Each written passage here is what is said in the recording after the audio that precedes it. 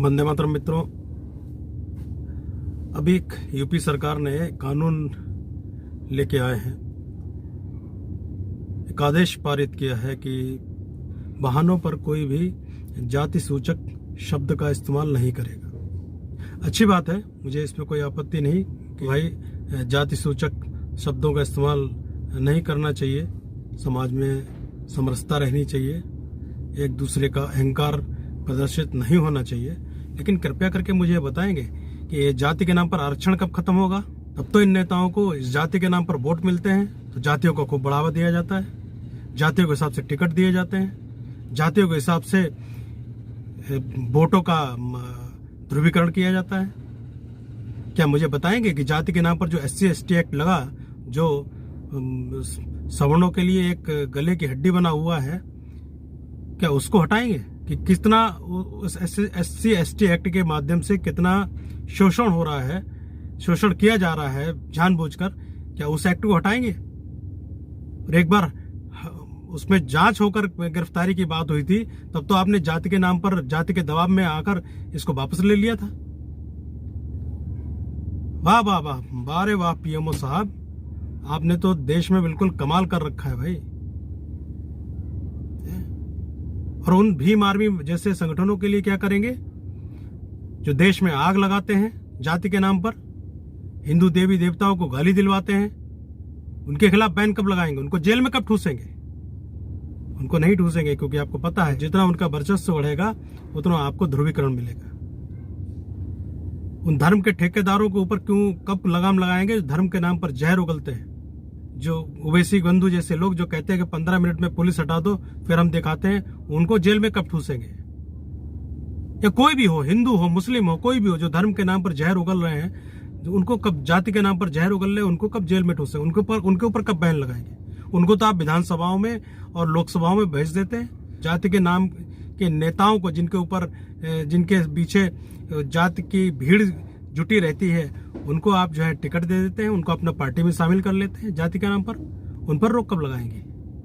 यानी आपकी सत्ता के लिए जो सही है उसके लिए आप रोक नहीं लगाएंगे, लेकिन जनता को लूटने के लिए आप छोटी छोटी चीजों पर, कि भाई आपने अपनी गाड़ी पर ब्राह्मण क्यों लिख लिया, आपने अपने गाड़ी पर ठाकुर क्यों लिख लिया, आपने अपनी गाड़ी पर ये क्यों लिख लिया, वो क्यों लिख लिया, इसके लिए आप रोक लगाएंगे। क्या समझ है आपकी? मुझे समझ में नहीं आता।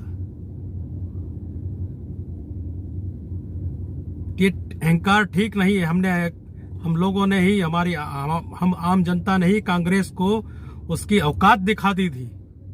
आप ये मत समझिए कि केवल हिंदुत्व के नाम पर आपका झंडा बुलंद रहेगा, और हिंदुत्व की रक्षा करने वाले आप कोई ठेकेदार नहीं है। हिंदुत्व की रक्षा हिंदू स्वयं कर सकता है, और अगर स्वयं नहीं कर सकता तो उसकी कोई रक्षा नहीं कर सकता। सारा कुछ यही है कि इसके नाम पर रोक लगा दो, उसके नाम पर रोक लगा दो। किसानों की MSP का क्या हाल है आप सामने देख ही रहे हैं। चलिए आप लोग समझिए, मैं क्या बताऊं। अफसोस होता है कि मतलब जो काम करने के हैं उनको तो किया नहीं जाता। जो फालतू की चीजें, फालतू के कानून ला कर बस जनता को परेशान करना है। कह रहे साहब मास्क नहीं लगाया तो जुर्माना। अरे आपको पता है कि मास्क एक बार में एक लगाया जाता है, 10 रुपए का एक मास्क आता है। आदमी दिन भर में कितने मास्क बदलेगा? कहां से पैसा लाएगा? और दूसरा ये कि मास्क लगाने से कोई कोरोना नहीं बच जाता है। मास्क उन लोगों को लगाना चाहिए जो बीमार है। आम आदमी को मास्क लगाने की कोई जरूरत नहीं है। लेकिन आपने एक जुर्माने लगा दिया, मास्क नहीं लगाया तो जुर्माना। हर तरीके से आप पब्लिक को टैक्सेस में लूटिए, आप जुर्माना लगा के लूटिए। बस आम पब्लिक का आप रहना चलना उसका मुहाल कर दीजिए। नियम कानून वो बनाए जाते हैं जो जनता के हित में हो, जनता की सहूलियत के लिए हो। अब साहब मैंने अपनी गाड़ी में पाठक लिख लिया तो मैं साहब जाति सूचक हो गया। भाई पाठक लिखने में हमने नाम के आगे भी पाठक हटाइए। कल को आप ये भी कह देंगे नाम के आगे आप पाठक हटाइए, नाम के आगे आप ठाकुर हटाइए, आप सिंह हटाइए, नाम के आगे आप ये भी सक्सेना हटाइए, श्रीवास्तव हटाइए। हैं, ये क्या तमाशा है?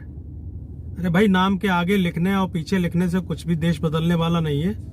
अगर आपको वाकई में देश बदलना है तो अब सबको एक समान समझिए। ये सामाजिक ताना बाना है। समाज में कौन पाठक लिखता है, कौन सक्सेना लिखता है, कौन ठाकुर लिखता है, कौन सिंह लिखता है, कौन श्रीवास्तव लिखता है, इससे कोई फर्क नहीं पड़ने वाला। फर्क इससे पड़ने वाला है कि समाज में आपस में समरसता संभाव कैसे बने, और उसके लिए सबसे बड़ा तरीका यही है कि आप अपनी ओछी राजनीति छोड़ दीजिए। जाति और धर्म के नाम पर सिर्फ देश को विकास दीजिए, लोगों को शिक्षा दीजिए, लोगों को चिकित्सा दीजिए, और वो किसान जो वहां पर पड़े हुए हैं इतने दिनों से, उनकी एमएसपी निर्धारित करिए। चाहे वो कोई फसल हो, गेहूं हो, धान हो, गन्ना हो, कोई भी फसल हो, सब्जियां हो, दलहन हो, तिलहन हो, कोई भी चीज हो, कोई भी फसल हो, उस पर उनको अच्छा वाजिब रेट मिले, वो प्राइवेट में हो चाहे सरकारी हो।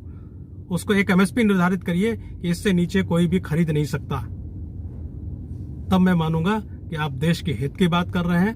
नहीं तो ये सब पता नहीं कौन सी समझ है आप लोगों की, कौन सी समझ से आप काम कर रहे हैं। और मैं नहीं चाहता कि आपकी सरकार का हाल वही हो जो कांग्रेस का हुआ था। जय हिंद, वंदे मातरम।